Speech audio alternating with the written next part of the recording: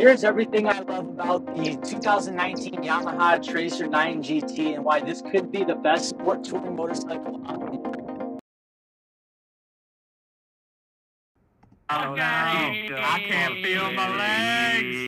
After already putting 1,000 miles on the bike, here are a few things I really enjoy about it. At the time of doing my research, I was looking at a few different bikes, but one bike I was comparing the Tracer 9 to was the Versys 650 and the Versys 1000. I had went and rode the Versys 650, and it was an okay bike. It was pretty easy to throw around, but it didn't have nearly the power that the Tracer 9 had. And when I went up to the Versys 1000, it was faster, but it was a much heavier bike. The Tracer 9 fell into a perfect category of being a lightweight bike at only about 460 pounds, and also a super flickable bike. Coming from my CB300, I wanted a bigger bike that was faster, but I didn't want something that was too heavy. I loved the weight of my 300, and I wanted to try and stay with a lighter bike, but while having a lot more power. Now, I had purchased the GT version, which is basically your Grand Touring. There's a few differences between the standard and the GT. One of the things being the saddlebags that are on the bike. Now, I'm not a big fan of the way saddlebags look on a motorcycle. However, these are pretty nice because, first of all, they're extremely useful. They're super easy to pop on and off, and with them actually being body colored with the bike, they don't look too bad. Both bags hold a decent amount of storage, but they cannot fit a helmet into them. Now, another thing I've come to enjoy about this bike are the heated grips. Now, living in Florida, I didn't think it was something I would use often. However, I find myself using it pretty frequently. You have 3 different settings you can put the heated grips into, and it's all done on the new TFT display. Along with having the heated grips, you also have hand guards on the bike. I was never a fan of the hand guards, however, I realized how big of a difference they make for when I'm doing longer trips, and I absolutely love having them now. I couldn't imagine going back to a bike without handguards. The amount of wind that these deflect when you're riding makes a huge difference on how long you can go riding for. A lot of my riding, I'm doing 60, 70 miles per hour for a longer period of time, so having these handguards really helps with me getting a lot of rider fatigue. On the Tracer 9 GT, you will also get a quick shifter. So this is my first bike with the quick shifter, and I gotta say, I love it. I don't find myself using it a ton because I'm still used to using the clutch when I'm riding. When I do want to go faster and I'm really pushing the bike to its limits, I will utilize that quick shifter, and it's an awesome feature to have. On the Tracer 9 GT, you will also get a cruise control function.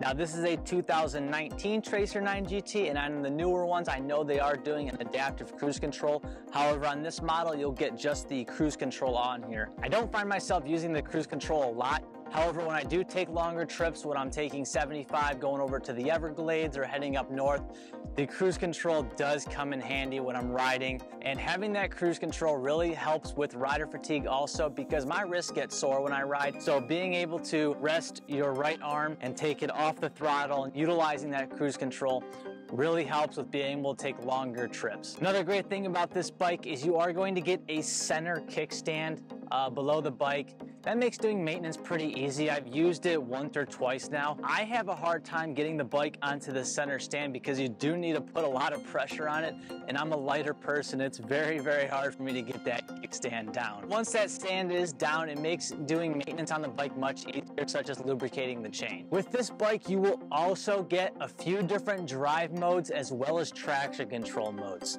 So what's really cool about this is you will get 2 traction control modes as well as 3 different drive modes. You have an A mode, a B mode, and a standard mode. I ride 95% of the time in standard mode. What it's gonna do is it allows for different throttle response. In A mode, you're gonna have more of a touchy, aggressive throttle response. In standard mode, it's gonna kick it back a little bit. And then B mode is really gonna put it into more of a governed mode and really delay that throttle response. This is great for if it's raining or in some tough riding conditions. As for traction control goes, I always keep it in traction control 1. I've never had to put in traction control 2. If you take traction control off and you run it in A mode, this bike will do wheelies all day long. On the 2019 models, you do get a really nice LED display here. A lot better than the previous FJ-09. On the LED display, it will change between a white background and a black background if you're riding at night, or white during the day. In this screen is where you'll see your different traction control modes, your different riding modes, as well as a few other general settings you can go into, and also your heated grips. Now I'm going to talk about the size of this bike, okay? This is Yamaha's famous 900cc bike. This is what they put into the MT-09 and the XSR 900. Very popular motor. It sounds amazing. Right now I just have a stock exhaust on it.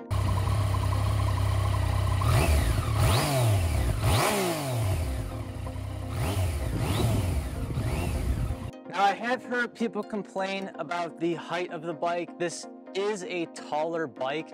I'm 6'2", and I can flat foot the bike so it fits me perfectly. And this is with the seat in its lowered position.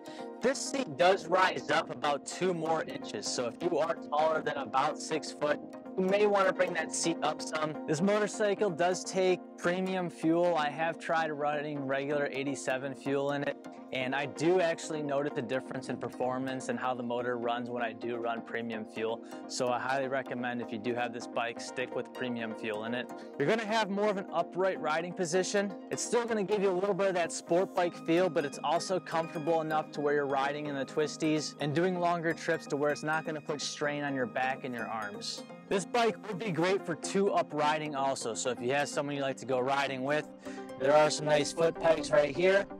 You could sit on the back with the saddlebags. It'd probably be easier if you took them off though, and you do have handles right here you can grab onto. This back seat is fairly wide and pretty comfortable, so your passenger should have a good experience riding on the back. I've had 6 motorcycles so far, and what I can say is that this one has been my favorite of the 6. The reason being, it's such a versatile machine. I can really use it for anything. I daily ride this bike. I take it to work. I take it on road trips. I can use it for racing. I can do whatever I want with this bike. It'll do wheelies. It's got great technology on the bike. It's a comfortable ride, and it can be really suitable for anyone. This is also an ABS motorcycle. I was gonna make a review on the pros and cons of this bike and things I loved about it and things I hated. However, I couldn't come up with a big enough list for things that I hated. One thing I will mention that pretty much goes for all motorcycles is the stock look that they come from out of the factory. On this particular bike, you have these pretty big orange turn signals that look really ugly. However, they are replaceable. They have made kits for them, as well as the fender eliminator kit in the back and the original windscreen. The original windscreen is great for long distance riding. However, I had switched this out to a more aggressive style windscreen that I leave on 99% of the time. Thank you so much for watching. Please leave a comment below about what you liked or disliked about the video. Also, I made a review on the 300cc, so if this bike is too big for you and you're looking at a lower class bike, check out this video right here.